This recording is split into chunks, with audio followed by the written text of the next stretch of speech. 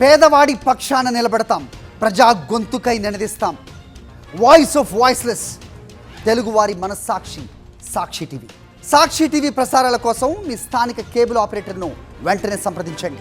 సిద్దిపేట జిల్లా Erravalli form హౌస్కు BRS ముఖ్య నేతలు చేరుకున్నారు. కాళేశ్వరం రిపోర్ట్పై ముఖ్య నేతలతో బీఆర్ఎస్ అధినేత కేసీఆర్ చర్చిస్తున్నారు. సమావేశానికి మాజీ మంత్రులు కేటీఆర్, హరీష్ రావు, జగదీష్ రెడ్డి, ప్రశాంత్ రెడ్డి, నిరంజన్ రెడ్డి హాజరయ్యారు. రైట్, బీఆర్ఎస్ నేతల సమావేశానికి సంబంధించిన మరింత సమాచారం మా ప్రతినిధి దిలీప్ అందిస్తారు. దిలీప్, చెప్పండి.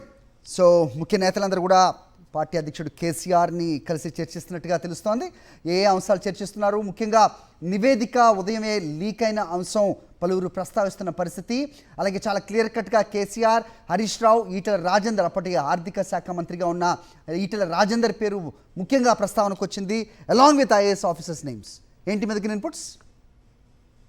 ఇటు ఎర్రవల్లిలోని ఫామ్ హౌస్లోని కేసీఆర్తో ఇటు మాజీ మంత్రులు హరీష్ రావు, వేముల ప్రసాద్ రెడ్డి, ప్రశాంత్ రెడ్డి, జగదీష్ రెడ్డితో పాటు కాసేపటి క్రితమే బీఆర్ఎస్ వర్కింగ్ ప్రెసిడెంట్ కేటీఆర్ కూడా ఫామ్ హౌస్కు చేరుకున్నారు. సో కేసీఆర్తో చర్చిస్తున్నారు. సో ఉదయం నుంచి కూడా జరుగుతున్న పరిణామాలపైనే ప్రధానంగా చర్చ జరుగుతున్నట్లుగా తెలుస్తూ ఉంది. సో ఇవాళ అంటే కాళేశ్వరం కమిషన్ విచారణ పూర్తయింది. సో 10 పేజీల నివేదికను ప్రభుత్వానికి సమర్పించినట్టుగా తెలుస్తూ ఉంది. ప్రాజెక్టు పైన లోపాలను నివేదిస్తూ కూడా 10 పేజీల నివేదికను ఇవాళ ప్రభుత్వం బహిర్గతం చేసిన నేపథ్యం కనిపిస్తున్న నేపథ్యంలో సో ప్రధానంగా ఈ 10 పేజీలో ఉన్నటువంటి నివేదికపైనే చర్చ జరుగుతున్నటువంటి పరిస్థితి కనిపిస్తూ ఉంది. సో కేసీఆర్ టార్గెట్గానే ఈ యొక్క నివేదిక ఉన్నట్టుగా తెలుస్తూ ఉంది. కాబట్టి సో కేసీఆర్ని టార్గెట్గా చేస్తూ నివేదిక ఇచ్చింది అనేటువంటిది ప్రజల్లోకి తీసుకెళ్ళాలి అనే దానిపైన చర్చ జరుగుతున్నట్టు తెలుస్తూ ఉంది. సో మొత్తం అంటే అనుమతుల విషయంలో కానీ, అలాగే ఇటు ఫైనాన్స్లో విషయంలో కానీ, అలాగే ఇరిగేషన్ శాఖ అధికారులు ఇచ్చిన రిపోర్టు విషయంలో కానీ, సో అప్పట్లో ఉన్నటువంటి కేసీఆర్ కానీ, అలాగే ఈటెల రాజేందర్ కానీ, అలాగే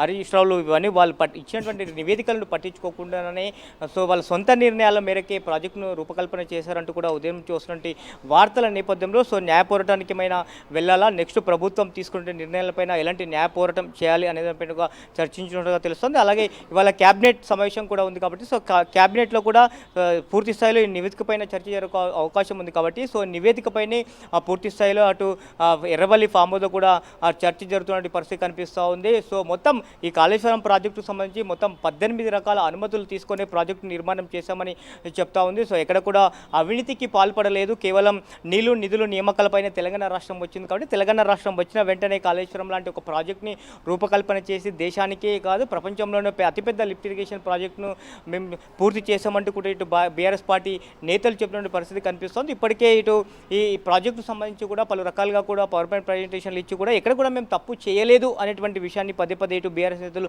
చెప్తున్న పరిస్థితి కనిపిస్తోంది. అయితే తుమ్మడి ఏటి నుంచి కావాలని ఉద్దేశపూర్వకంగానే ఒక ప్రాజెక్టును మేడిగడ్డ వద్దకు మార్చారంటూ కూడా ఇటు ప్రభుత్వం గతంలో ఆరోపణలు చేసింది. ఇవాళ నివేదిక చూస్తే కూడా అలాగే ఉన్నటువంటి పరిస్థితి కనిపిస్తుంది. కాబట్టి అసలు తుమ్మిడేటి నుంచి ఎందుకు మార్చాల్సి వచ్చింది, సో దాని వ్యయం ఎందుకు పెంచాల్సి వచ్చింది అనేటువంటిది గతంలోనే చెప్పారు. సో మరోసారి కూడా దీనిపైన ప్రజల్లోకి విస్తృతంగా తీసుకెళ్లాలి అనేటువంటిది కూడా భావిస్తున్నట్టుగా తెలుస్తూ ఉంది. సో దీనిపైన ప్రధానంగా ఇటు ఎర్రవల్లి ఫామ్ హౌస్లో చర్చ జరుగుతుంది. సో అటు హరీష్ రావు, అలాగే వేముల ప్రశాంత్ రెడ్డి సో నిన్నటి నుంచి కూడా అక్కడే ఉన్నారు. సో రాత్రి కూడా అక్కడే బస చేశారు. ఉదయం నుంచి కూడా కేసీఆర్తో భేటీ అవుతున్నటువంటి పరిస్థితి కనిపిస్తుంది. తాజా పరిణామాల నేపథ్యంలో ఉదయం నుంచి వస్తున్నటువంటి వార్తల నేపథ్యంలో కూడా ఇటు బీఆర్ఎస్ వర్కింగ్ ప్రెసిడెంట్ కేటీఆర్ కూడా ఎర్రవల్లి ఫామ్ హౌస్కు చేరుకొని కేటీఆర్తో సుదీర్ఘంగా ముఖ్యంగా కేసీఆర్ కాళేశ్వరం ప్రాజెక్టు పైనే సుదీర్ఘంగా చర్చ జరుగుతున్నట్టు తెలుస్తుంది. ప్రభుత్వం ఏదైతే ఈ లీకులు ఏవైతే వస్తున్నాయో దీనిని ఏ రకంగా తిప్పికొట్టాలి అనే దానిపైన ప్రధానంగా చర్చ జరుగుతుంది. రైట్ దిలీప్.